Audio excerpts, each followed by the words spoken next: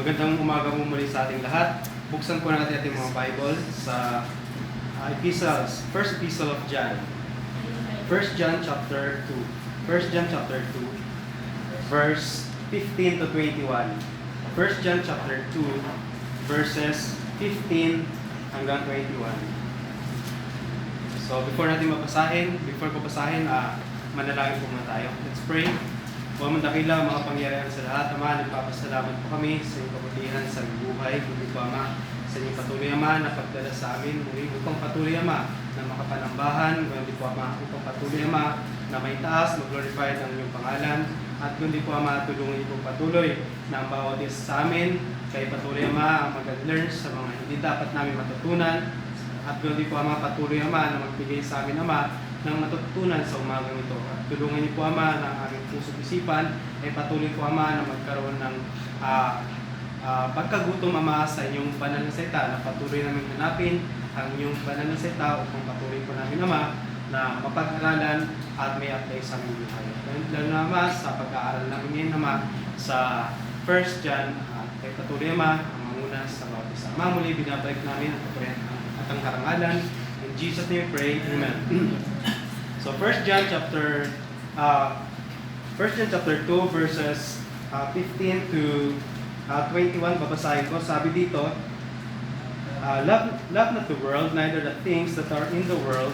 If any man love the world, the love of the Father is not in him. For all that is in the world, the lust of the flesh, the lust of the eyes, and the pride of life, is not of the Father, but is of the world. And the world passeth away in the lust thereof, but he that doeth the will of God abideth forever. 18, little children, it is the last time, and as ye have heard, yet that Antichrist shall come, even now are there many Antichrists, whereby we know that it is the last time. 19, they went out from us, but they were not of us. For if they had been of us, they would no doubt have continued with us, but they went out that they might be made manifest that they were not of us. 20, but ye have an unction from the Holy One, and ye know all things. 21, I have not written unto you because ye know not the truth, but because ye know it, and that no lie is of the truth. So, makikita natin dito na ang sulat na to ni John ay para sa mga believer na nasa Ephesus. So, makikita natin at matandaan natin kung paano na last time, paano yung mga sulat na ibinigay ni John sa mga little children, sa father, sa young men. So, makikita natin na doon sa church sa Ephesus, may mga group ng mga believer. So, merong mga newborn believer, merong mga believers, merong mga young believers, at the same time, merong mga matatanda na sa pananampalataya. So, makikita natin yung pagkakasulat ni John dito is para i-counter-attack yung mga Gnosticism, which is wala sa labas, hindi lamang nasa labas, kundi nasa loob mismo ng church sa Ephesus. So, even the time ni John, ay may mga unbeliever o unregenerate, hindi mga saved, na nakapasok mismo sa loob ng church, lalo na sa panahon natin ngayon. So, dito makikita natin yung reason why we should not love the world. So, dito sa verse 15 and 16, makikita natin yung dahilan kung bakit hindi dapat natin mahalin o hindi dapat natin tanggapin yung pagmamahal na ino-offer nitong mundong to. At una natin makikita dito, sabi dyan, if any man love the world, the love of the Father is not in him. So, ibig sabihin, kung ikaw, Kristiyano, kung ikaw, isang tao na walang pananampalataya sa Panginoon, kung ikaw isang Kristiyano na may pananampalataya sa Panginoon at mamahalin mo, aangkinin mo ang pagmamahal na ino-offer dito sa mundong ito, ang sabi dyan, the love of the Father is not in him. Questionable yung pagiging Kristiyano mo. Bakit? Yung sabi dito, may kita natin dyan, bakit yung love of the Father ay wala kapag minahal mo yung mundo. May kita natin dyan sa verse 16. Anong sabi dyan? May kita na yung, for all that is in the world. Ano ba yung meron dito sa mundong to? Anong meron dito sa mundong to? So, may kita natin dyan yung passionate desire for self-satisfaction. Yung passion, yung kagustuhan ng ating laman na masatisfy tayo nang walang tulong mula sa Diyos. So may kita natin dyan, for all that is in the world, the lust of the flesh. So remember, ang dahilan, o isa sa dahilan kung bakit bakit na humaling si Eva doon sa prutas na nakakaalam ng mabuti at masama, dahil nakita niya ito na angkop para pagkain, para kainin. So may kita natin dito, yung passionate desire. So yung bawat Kristiyano, ang bawat tao, merong desire yan sa kanilang puso. At yung desire ay maglilid yon either sa self-satisfaction na isa-satisfy niyo yung kanyang sarili, kaya niya gugustuhin yung isang bagay. So, example ng lust of the flesh. So, ibibigay natin yung mga kagustuhan ng ating laman. Example, yung pag-iinom, di ba? Alak, sigarilyo, ano pa yung mga kagustuhan ng laman? Siyempre, gusto ng laman natin, lalo sa mga single, magkaroon ng partner. So, yun yung kagustuhan ng ating laman. Kahit hindi pa kasal yung dalawang tao, gusto na nila maging partner. So, may kita natin dito yung lust of the eyes. Isa yun sa lust of the flesh. Isa yun sa may kita natin dito kung bakit hindi mahal ng Diyos, wala sa tao na nagmamahal sa mundong ito yung pagmamahal ng Ama. So, may kita natin yung passionate desire for self-satisfaction, yun yung lust of the flesh. At the same time, yung inordinate desire to feast the eyes on things which are sin. So, isipin mo, yung bawat tao, kabataan, may kitang cellphone, yung kabataan, kahit simulat sa pulpa, bigyan mo ng cellphone yan, hahanap-hanapin nila yung cellphone. Bakit? Meron silang nagustuhan doon sa cellphone na yon na hindi nila matatanggal. So, simulat bata pa. So, minsan yung mga cellphone na yan, yung nagiging dahilan para imbis na ikaw ay maging magulang, yung cellphone yung magiging magulang para doon sa bata. Kaya pag tumaki yung bata, minsan kung ano yung napanood niya, yun yung gusto niyang maging. So, mga ilang years, may mga mga naging viral na mga palabas o ano, na ginagawa ng mga tao, yung nagpakamatay. Kasi may sinusunod sila, o ito yung gawin mo, so gagawin niya. So, may kita natin dito na kung anong nakikita ng tao, ano ba yung nakikita ng mga tao? Yung mga kasalanan, una ang palaging nakikita ng tao. So, yung mata natin, ito yung nagiging dahilan kung saan, sabi ng Bible, ito yung pinaka-window ng ating katawan na kung saan ito yung maglilid kung paano yung ating puso ay mag-work. So, kung ano yung nakita natin, mag-work yung ating puso according kung ano yung nakikita natin. Kung ang nakikita natin ay puro sensual na mga palabas, puro sexual na mga palabas, ang ating mga mata at ating puso gagawin yun kung ano yung nakikita natin doon sa isang palabas. Diba? So, example dati, nung kabataan, nung panahon na kabataan ko, so, yung magulang ko, sabihin, tuwing nanood ng palabas, pag may kiss, palaging tinatakpan yung mata ko. Oh, bawal sa iyan. Pero sa panahon natin ngayon, bata pa, wala takip-takip. Pinapanood na mismo kung ano yung nakikita nila doon sa labas. Kaya minsan, kahit mga bata pa, hinahalikan nila yung kapwa ng mga bata. Bakit? Kasi yun yung nakikita ng mga bata. So, akala nila yun ay tama. So, makikita natin dito, yung love of the Father. So, pinaalalahanan ni John na yung mga believer dito sa Ephesus na kung kayo, lalo na yung mga unbeliever na nasa loob mismo ng church, na kung kayo ay minamahal niyo itong mundong ito, questionable na kayo ay Kristiyano. So, questionable na kayo ay Kristiyano. Bakit? Inordinate desire to feast the eyes on things which are sin. So, may kita yung lust of the eyes, yung pride of life. Sunod, sabi dyan, may kita natin dyan, lust of the eyes, and the pride of life is not of the Father, but is of the world. So, yung passionate desire, may kita natin yung self-sufficiency. Na, kaya ko, so, anong sinabi kay Eva? Pag kinain mo itong prutas na nakakalam ng mabuti at masama, ikaw ay para magiging isang Diyos. Magiging katulad ka ng Diyos. So, ibig sabihin, hindi mo na kailangang sumamba sa Diyos. Bakit? Ikaw ay magiging katulad sa Diyos. So, tandaan natin, ang Gnosticism, ang katuruan nila, na yung tao pag namatay, at ang kabutihan niya at ang knowledge niya dito ay above sa knowledge ng iba, balang araw, magre-reincarnate siya bilang demigod. Katulad ng Diyos. So, sa Greece, meron silang mga iba't ibang klase ng Diyos. May captain of gods, katulad ni Zeus. Then, merong mga maliliit na Diyos.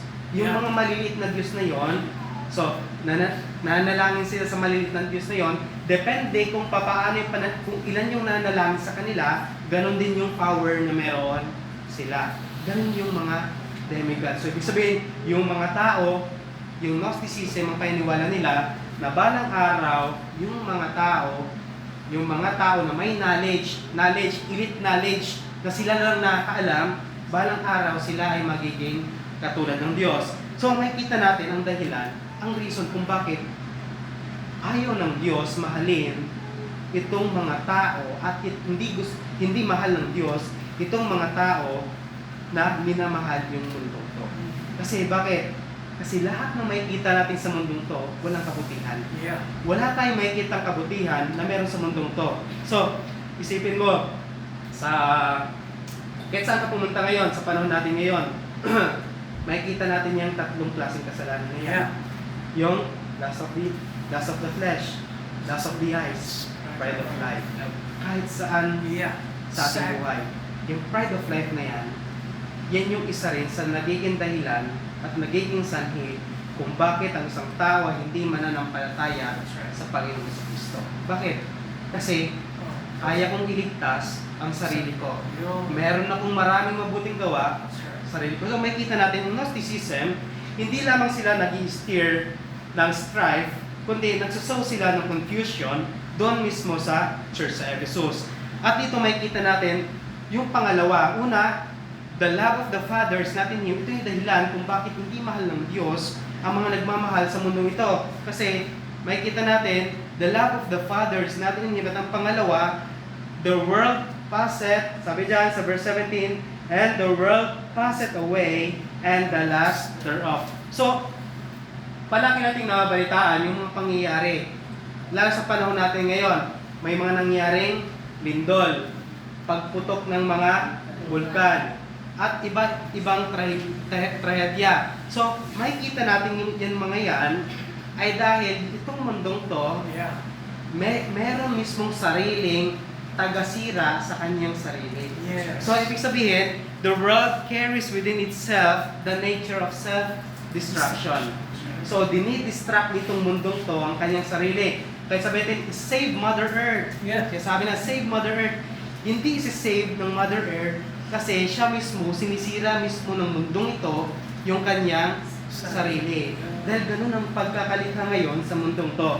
Kaya makikita natin, lahat ng mga taong nagmamahal sa mundong ito, hindi nagiging mabuti ang kanilang buhay. Isipin mo, may isang lalaki at isang babae, nagmahalan silang dalawa. Ngayon, itong lalaki, meron siyang napamahal ng isang babae, kabit. So ngayon, yung kabit na to, isipin natin, ito yung mundo. So, sa tingin nyo, itong kabit na to, magiging maayos ang buhay nitong lalaki? Hindi. Kung papaano ito, yung mundong to, lahat ng affiliated sa mundong to, sisirain din kasama ng mundong to. So, makikita natin, the world is in the process of dissolution and deterioration. Kaya makikita natin yung mga nangyayari sa paligid natin, bakit tuloy-tuloy yung mga lindol na nangyayari. So, alam mismo ni John, at sinasabi ni John sa mga believer dito sa Ephesus na yung pagmamahal dito sa mundong ito ay pansamantala lamang. Sabi dito sa verse 17, and the world passeth away. So, ito yung continuous na pagkakasira ng mundo. Passeth. So, continue siyang nasisira. Passeth away. And the last thereof. So, yung pagmamahal, may kita din dyan, yung pagmamahal sa mundo, ay ang kakibat nun ay lust. At ang magiging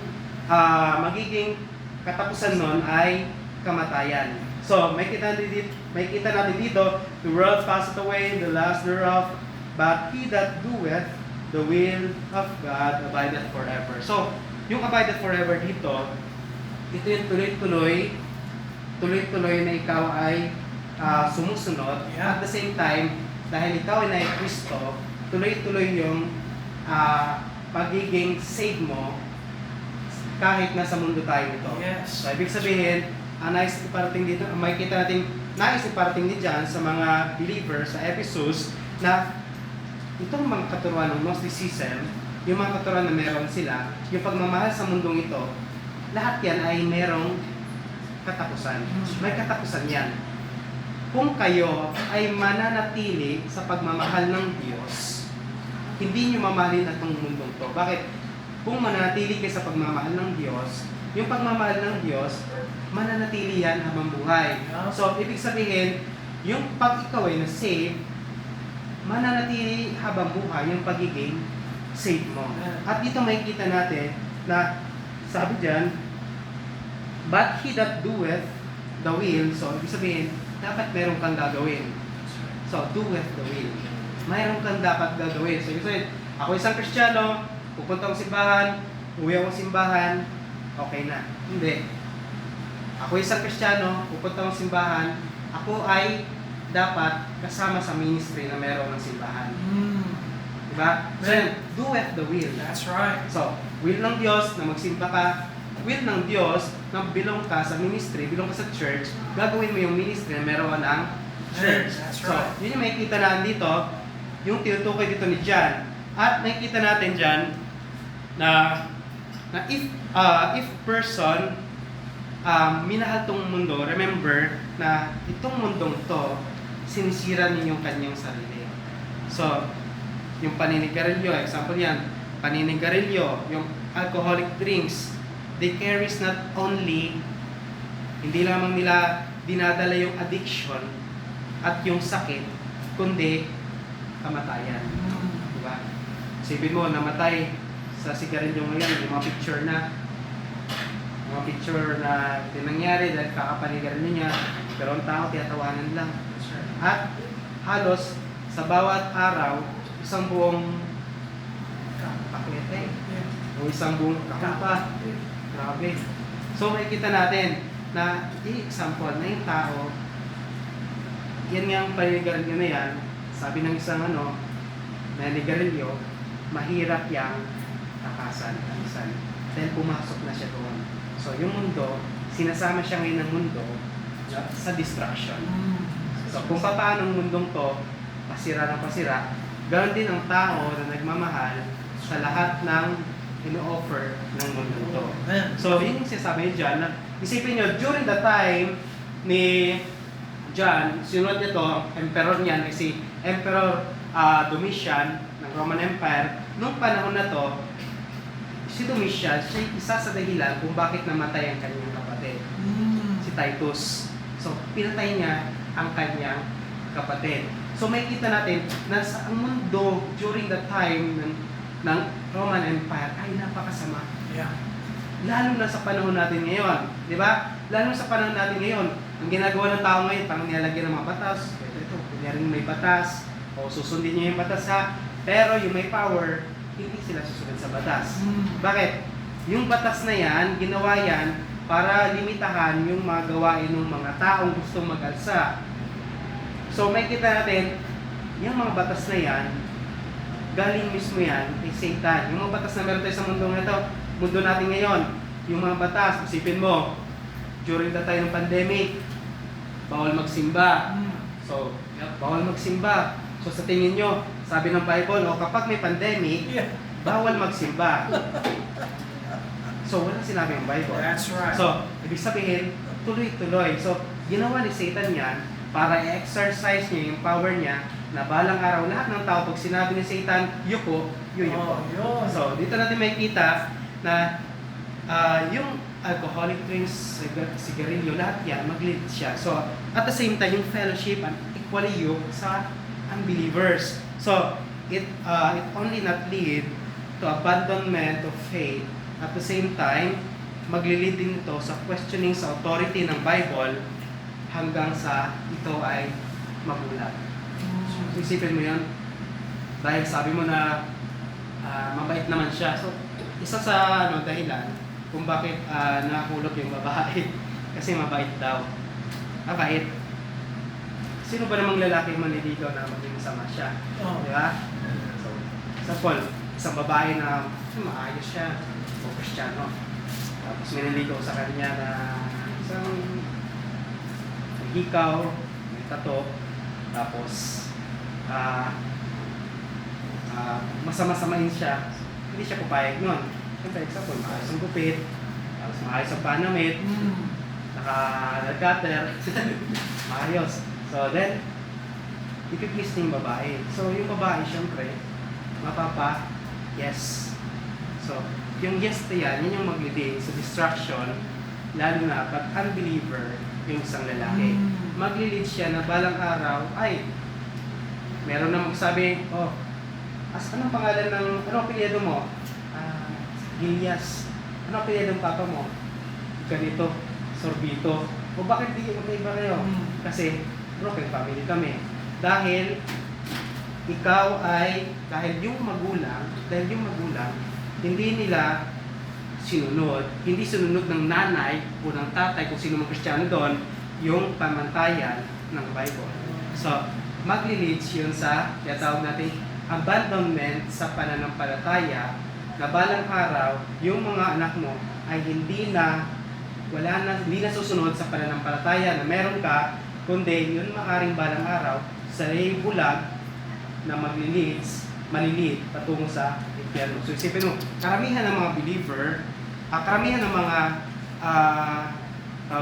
mga modernist, before sila maging connection ng Bible, ang family nila, sabihin natin, family nila ay Kristiyano. Pero inabandon nila yon dahil hindi naakma yung pamumuhay ng kanilang family sa sinasabi ng kanilang family.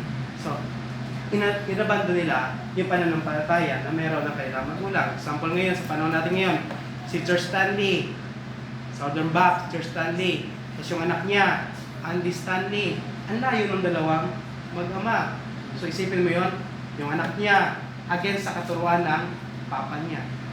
So, dito may kita natin dito, na sinasabi ni John, na and the world passeth away, and the lust thereof, but he that doeth the will of God abideth forever. So, may kita natin si John ay meron siyang knowledge mula Genesis hanggang ngayon sa Revelation na sinulat niya. So, yung knowledge na meron sa Genesis, may kita natin yan doon sa John. Sinulat niya sa John, sabi ni John, at sa kanya ang lahat ng bagay na likha. So, ibig sabihin, nalikha lahat ng bagay dahil sa Diyos, dahil sa Panginoong Jesucristo, at lahat ng bagay na yon ay para sa Panginoong Jesucristo. So, alam mo dyan, yung eternal beginning ng ating Panginoong Jesucristo, at the same time, yung pagkakalikha itong mundong to. Kung paano nagkasala si Adan at si Eva, so may kita rin yung fall ni Adan at ni Eva.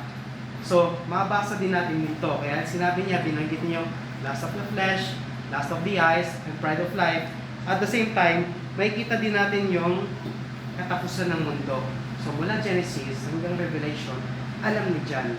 So, bilang believer, so dapat alam din natin yung laman ng Bible. So, hindi ibig sabihin, yung mga preachers sila dapat yung mag-aaral ng Bible. Kami, makikinig lang. Hindi. Yeah. So, makikinig kayo, at the same time, mag-aaral din. So, parehas tayo. Kami nakikinig din at nag-aaral din. Kayo nakikinig din at nag-aaral din. Which is, yun yung ginawa ng mga believer ng Ephesus. Yun yung ginawa nila. So, may kita natin dito, sa verse 18, sinabi niya, little children, it is the last time, as you have heard, that Antichrist shall come, even now are there many Antichrist, whereby we know that it is the last time. So, may kita natin dito kung paano yung identity at yung characteristic ng Antichrist. So, dito may kita natin, Una, sinabi muna John dito, little children. Yung little children dyan ay mula sa Greek word siya na paidion. So, paedion. So, paidion. Yung word na pedia, doon galing. Paidion. So, dalawang Greek word na little children ang gamit dito ni John. Una, yung paidion, then yung teknion. Teknion, ito yung patungkol sa ikaw, example ay anak ko. So, example, may anak ako, little children o boy o anak ko. Ang tawag doon, teknion. So, makikita natin dito, example, yung sa Galatians chapter 4 verse 19, yung tinawag ni Pablo si Timothy bilang kanyang anak. So, bilang kanyang anak. Sabi niya doon, my little children. So, na ikaw ay ipinanganak ko. So, yung example ng teknion. So, ang paidion dito, ito yung nagre-refer ito sa isang tao o isang believer na nagsusubordinate o nagpapa-under sa mas nakakatanda sa kanya sa pananampalataya. So, makikita natin dito, bakit ginamit ni John yung word na paidion, little children. So, ibig sabihin, makikita natin dito na si John ay may tiwala sa kanila na sila ay susunod sa kanyang sinasabi. So, ibig sabihin, dito sa buong John, dalawang beses niya ginamit yung paidion. Kasi may tiwala siya sa mga believer dito sa Ephesus na sila ay susunod sa sasabihin niya. So sabi dito, little children, it is the last time as you have heard that Antichrist shall come. Even now, there are many Antichrist whereby we know that it is the last time. So sa panahon ni John, tinawag na yung last time. Nung namatay si Jesus Christ, tinawag na yung last time. So, nung panahon ni Pablo, tinawag yung last days. So, sa panahon natin, nasa last days pa rin tayo. That's right. Inaantay lamang natin yung pagbabalik ng ating Panginoong Kristo at kunin niya tayo doon sa alapaap. Hindi tawag nating rapture. So, may kita natin dito, sabi ni John, na yung pag-unmask niya kung saan yung identity at yung characteristic na meron yung isang Antichrist. Antichrist. Tinawag ni John dito, Antichrist. So isipin yung Antichrist. At sino yung Antichrist na meron dito? Yung mga Gnostics.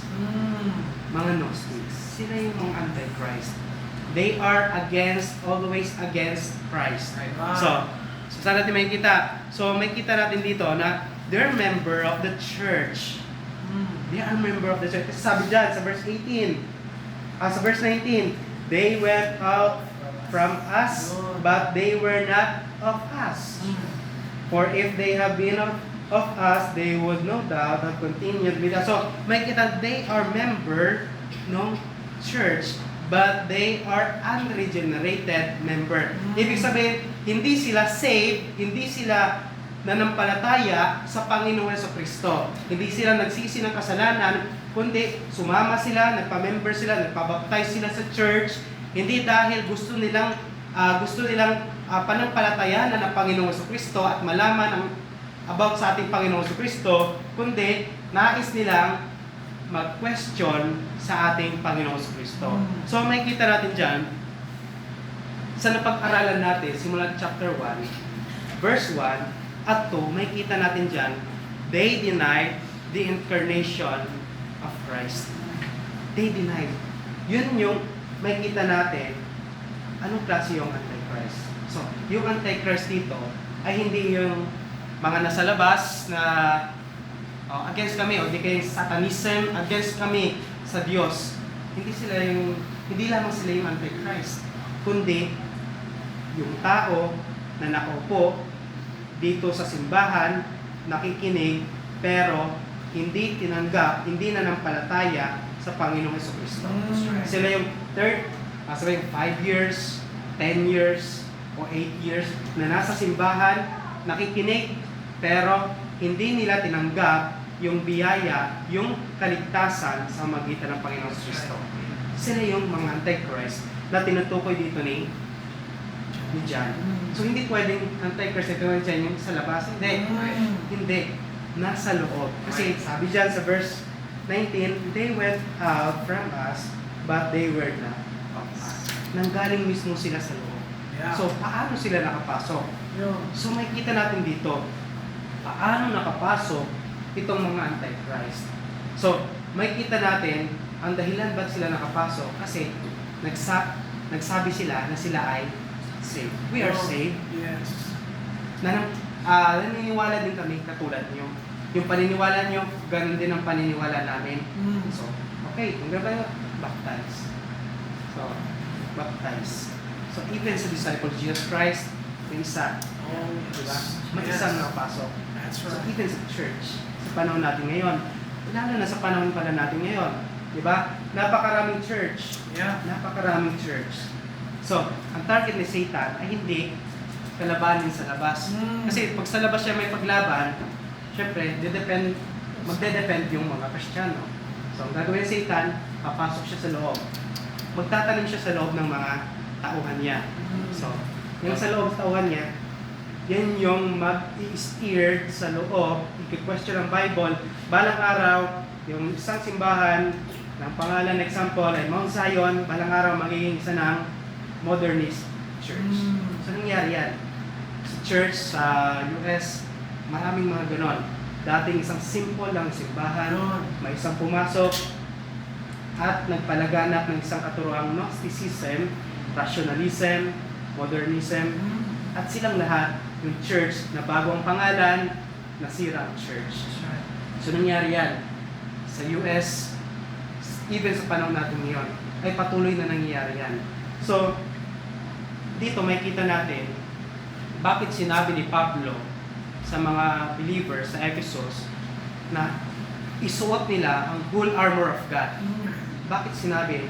Dahil may mga kalaban hindi galing sa loob, kundi mismong hindi galing sa labas, kundi mismong nasa loob. That's right. Nasa loob sila. Yeah. Kaya may kita natin dito na after mga ilang years ang lumipas, yung mga believers sa Ephesus, sabi doon sa Revelation, tingnan natin sa Revelation,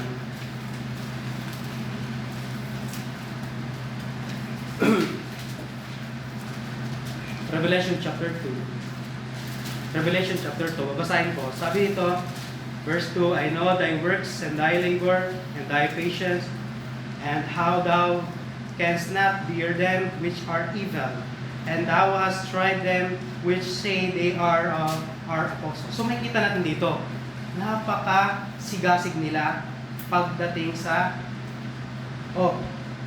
kasi sa turo ni Pablo, turo ni John, na tingnan nyo kung sino yung mga Gnostics dyan sa loob. Gnostics to, labas. So, pagdating sa doktrina, itong mga believers sa Ephesus, talagang kung saan pa, meron silang full armor na nalalaman nila kung sino yung nagko-question yung mga Gnostics na nasa loob nila. Nakikita nila yun. Yeah. Pero ang problema, sabi dito, they are apostle and are not, and has found them liar, and has borne, and has patient for my name's sake, and thou hast labored, and hast not fainted. Grabe. Nevertheless, I have somewhat against thee, because thou hast left thy first love. So, yung dati nilang devotion ay naging duty. That's right. So, gagawin ko to, magsisimba ako kasi kailangan ko magsimba. Duty. Sisimba ko dahil kailangan ko magsimba. At ulit, duty, 30 years, but ulit, nagkaasawa, nagkaanak, ulit. Hindi naging kalahok sa ministry, labas-pasok sa simbahan, at ulit. So, kung saan pa itong mga believer dito, sa Ephesus, pagdating sa doktrina, wala kang makikita ng butas. Talagang sila, kasi may kita natin dito, na sila mismo, pinag-aralan nila yung mga sinabi ng mga apostles mula kay Pablo hanggang dito kay John, pinag-aralan nila at in-apply nila sa buhay nila yon. In-apply nila sa buhay. Kaya may kita natin dito na sa Revelation kung paano sila katibay pagdating sa doktrina. Pero may problema yung love. I have somewhat against. Because iniwanan nila yung kailang first love. Iniwanan nila na yung dahilan kung bakit sila nagpapatuloy ay dahil sa pagmamahal nila sa Diyos. Kundi, ang ginawa nila, kaya kami papatuloy kasi kailangan namin gawin. Wala kaming choice. Parang yung mga anak na lumaki sa simbahan, oh, ba't kayo nagsisimba? Wala kaming choice. Yung mama namin nagsisimba. Yung papa namin nagsisimba. Wala kaming choice, kaya magsisimba kami. Yung tita namin nagsisimba. Yung auntie namin nagsisimba. So, hindi kami pwedeng iwanan kasi hihilain nila kami magsimba. So, minsan, ganun na lamang yung nagiging puso ng isang tao. Imbis na may dahilan, dahil siya ay devoted, dahil may devotion sa Diyos, kaya siya nagpapatuloy. So, may kita natin dito, yung characteristic nitong Antichrist, yung identity nila, member sila ng church, pero yung characteristic nila, may kita natin, they deny the incarnation of Christ, chapter 1, verse 1 and 2. Then, they denied the fellowship with the Father, Son, and brethren, verse 3 hanggang 4. Then, they denied the separation from darkness. So, yung Gnostics, ayaw talaga nila na putulin yung fellowship meron sila sa mundo. Bakit? Hindi naman talaga sila sa church. Sa mundo talaga sila. So, fellowship with the unbeliever, para sa kanila, hindi naman sila unbeliever. Ka-fellowship namin sila. So, pag nasa simbahan sila, parang isang hayop na kung saan, kung anong kulay, yun yung kulay na gagayahin nila. Diba? So, may kita natin dito, dinideny nila na kailangan na mag-separate mula sa darkness. Bakit? Wala naman talagang liwanag sa kanila, kundi darkness. Then, they denied the blood of Christ. So verse 7, sinabi siya ni John na the blood of Jesus Christ cleanseth us from all sin. Then, they denied the sinfulness of man and origin of sin. Sabi nila, ang tao sin not. Hindi nagkakasala at walang kasalanan. Ganun ang tao. Yun yung paniniwala ng mga Gnostics. Gnosticism.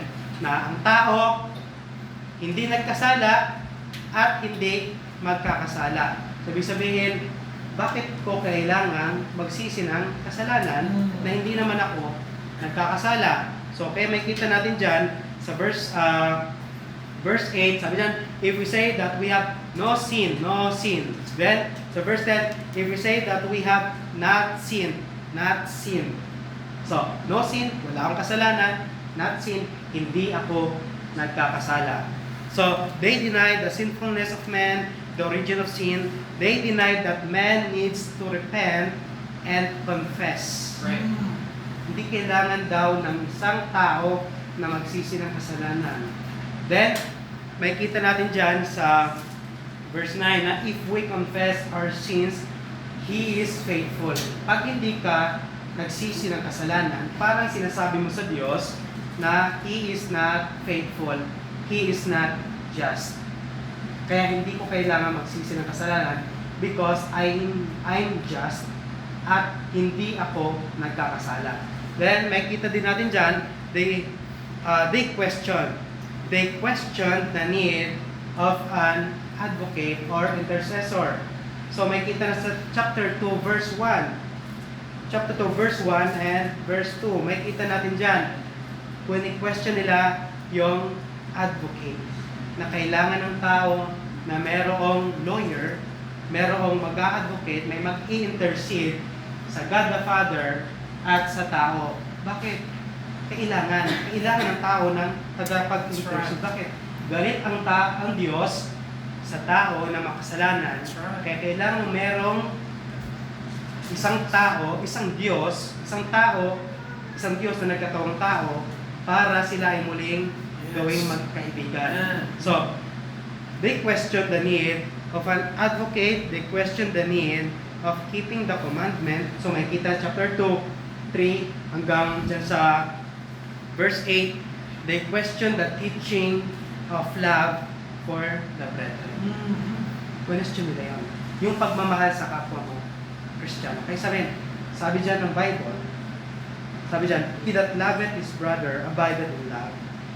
So, sabi din dyan, verse 11, he that hateth his brother is in darkness. Bakit nila hindi makamahalin yung kapwa na Kristiyano o yung isang Kristiyano?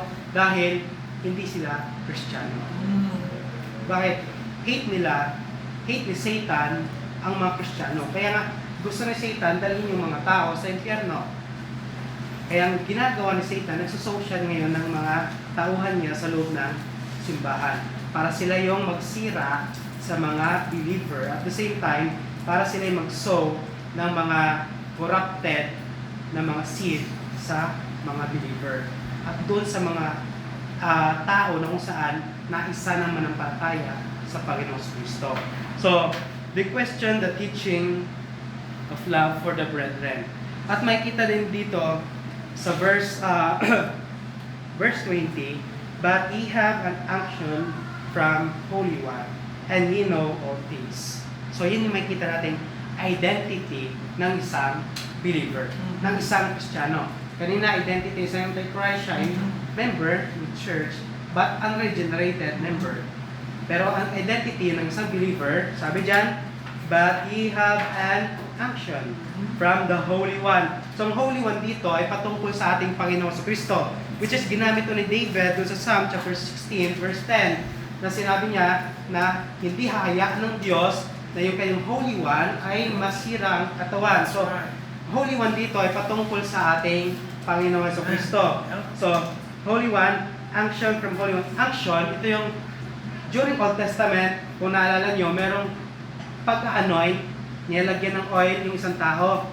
Example, isang hari, si David, nilagyan ni Samuel ng oil dahil siya yung magiging next na hari. So, tayo, meron tayong unction, inanoint tayo, pinili tayo ng Panginoong Kristo. So, ibig sabihin, sabi dyan, you have unction from the Holy One, and ye know all things. Ye know all things. Ye know. So, yung pagkakaalam dyan, ito yung pagkakaalam na kung saan ang isang tao ay nangangailangan ng tagapagligtas, walang iba kundi ang ating Panginoong Kristo. Ang problema kung bakit sila tinawag na Antichrist, dahil against sila sa Panginoong Kristo. Kasi against sila doon ng Panginoong Kristo namatay para pagbayaran ng ating kasalanan. Bakit tayo tinawag na believer? Dahil tayo ay nananampalataya ng ating Panginoong Kristo ay namatay, inilibing at muling nabuhay upang pagbayaran ng ating kasalanan. Yun yung pinagkaiba ng Antichrist, sila yung against, nag-reject sa Panginoong Kristo doon sa mga believer. So, unction from the Holy One. So, may kita na sa Acts chapter 4, verse 34, and Acts chapter 2, verse 27. That when a person repent his sin and believe in Jesus Christ, so, siya yung pinili. So, may mga iba katuruan, Calvinism, na yung tao, kahit hindi siya magsisi ng kasalanan, pag pinili siya ng Diyos, maligtas siya. Pero tayo hindi naniniwala. Ang paniniwala natin na yung tao, pag nagsisi siya ng kasalanan at nanampalataya sa Panginoong Kristo, siya ay pinili. Bakit? Sabi dyan, we have an unction from the Holy One. Kung saan pa inanoint tayo para tayo ay maging sa Kanya. Kung saan pa, yan yung pagkakilanlan natin na tayo ay sa Diyos. Yan yung pagkakilanlan natin. Kasi yung tao, tayo makasalanan. Ang Diyos galit sa tao. Kaya kailangan ng magtatapal dun sa kasalanan natin, maglilinis sa ating kasalanan. At yun yung Panginoong Kristo. So, ang Panginoong Kristo nang nakikita ngayon sa atin. So, inanoint tayo ng ating Panginoong Kristo. Kaya ang ating Panginoong Kristo, yun yung nakikita ng Diyos Ama at hindi na tayo. So, then, verse 21, I have not written unto you because you know not the truth, but because you know it, and no lie is in the truth. So, yung characters ng regenerated members, they have knowledge of truth. Makita natin dyan sa verse 21, I have not written unto you because ye have not know the truth. Because ye know not the truth. So, meron silang knowledge o kaalaman sa katotohanan. So, tapos sa incarnation ng ating Panginoong Kristo, yung kanyang ginawa ng ating Panginoong Kristo, na siya nag-intercede, alam yun ng Kristiyano. Then, they are holding the truth. Sabi dyan sa verse 21, but because you know it. So, hold nila kasi alam nila. So, panghahawakan nila dahil alam nila, alam ng mga believers sa Ephesus. Then, ang pangatlong characteristics ng regenerated member, they believe in the truth. Sabi dyan sa verse 21, and that no lie is of the truth. No lie is of the truth. So, they believe the truth kasi alam nila yung katotohanan ay walang kasinungalingan. So, makikita natin dyan na kapag ang isang Kristiyano ay na-save, hindi lahat, alam mo sa Bible, o alam ko yung mga pangalan sa Bible, alam ko yung tawag dyan, mga doctrines, hindi agad alam yun ng isang Kristiyano, lalo ng bagong Kristiyano. Pero, yung pagkakaalam mo na ikaw ay niligtas ng Panginoong Kristo, na siya'y ipinanganak, nagkatawang tao, siya'y namatay, pinibig kung nabuhay, yan yung hindi alam ng Gnosticism. Bakit? Hindi sila naniniwala na ang Diyos ay pwedeng magkatawang tao. Kaya nga, against sila sa incarnation of Christ. Kasi ang Diyos, sabi sa Old Testament, God is a Spirit. Yun sabi. So, pagtanungin mo yung INC, sabi nila, ay, Jesus Christ hindi siya Diyos. Bakit? Sabi sa Old Testament, God is a Spirit. So, hindi siya pwede maging tao. So, papakita nila sa yun. Pero sabi ni John, ilang beses sinabi ni John dito, na ang ating Panginoong Kristo, kung sino man ang magsasabi na ang ating Panginoong Kristo ay hindi nagkatawang tao, sila ay Antichrist. So, mabasa natin yan dyan sa verse 22. Who is a liar, but he that denieth that Jesus is Christ, he is Antichrist that denieth the Father and the Son. Whosoever denieth the Son, the same hath not the Father. So, may kita natin dito na yung tayo ay mga Kristiyano na narito ay napakapalad natin. Bakit? Dahil nakilala natin ang ating Panginoong Kristo. Kung hindi natin siya nakilala, baka ando tayo sa labas, tambay, naninigarilyo, umiinom ng alak, nagdodroga, nambababae, nagra-rugby. So, parang nandun tayo sa labas. Pero, or di kaya, nasa loob tayo ng kulungan. At, hindi mas rehas doon kung tayo ay hindi na kilala sa Diyos. Pero dahil sa Panginoon sa Kristo, kung ako, during panahon ng kabataan ko, nahuli ako sa barangay, puti na lang, nasagip ako. Pag hindi, andun ako sa kulungan din. Pero ang panahon na yun, hindi ko pa kilala si Jesus Christ. Pero, isipin lang na lumaki ako sa family kung saan binabahagi sa akin sa ng Diyos. Pero hindi automatically na ako ay naging Kristiyano. Hindi automatically. Kasi nung panahon na yon, marami akong ginawa mga kasamaan, kasalanan, pagnanakaw, nagpantay ako, ninakaw ko yung pera, bantay sa lakay. So, hindi, nakikita natin doon, tapos, nakikita natin doon, hindi ibig sabihin na ikaw ay nag-grow sa isang Kristiyano na family, automatic Kristiyano ka. Hindi. Ang kaligtasan, hindi by family, but by individual. Kaya ngayon, kaibigan, siguraduhin mo na ikaw ay nakay Kristo bago mahuli ang lahat. Let's pray. O kami dakila, makapangyarihan sa lahat naman, nagpapasalamat po kami sa inyong pagtitiyan sa inyong buhay. Hindi po Ama, sa aming mga napag-aralan na inyong panasita sa umaga ito. Kaya patuloy naman paalala sa amin, patuloy naman na aming bulay-bulayan sa aming bahay. Hindi po Ama, may bahagi sa aming mga kapwa Kristiyano at sa mga hindi pa po nananampalataya ang kaligtasan na meron sa aming Panginoong Jesucristo. Ama, muli binabalik namin sa inyo ang kapurihan at ang karangalan. In Jesus' name we pray. Amen.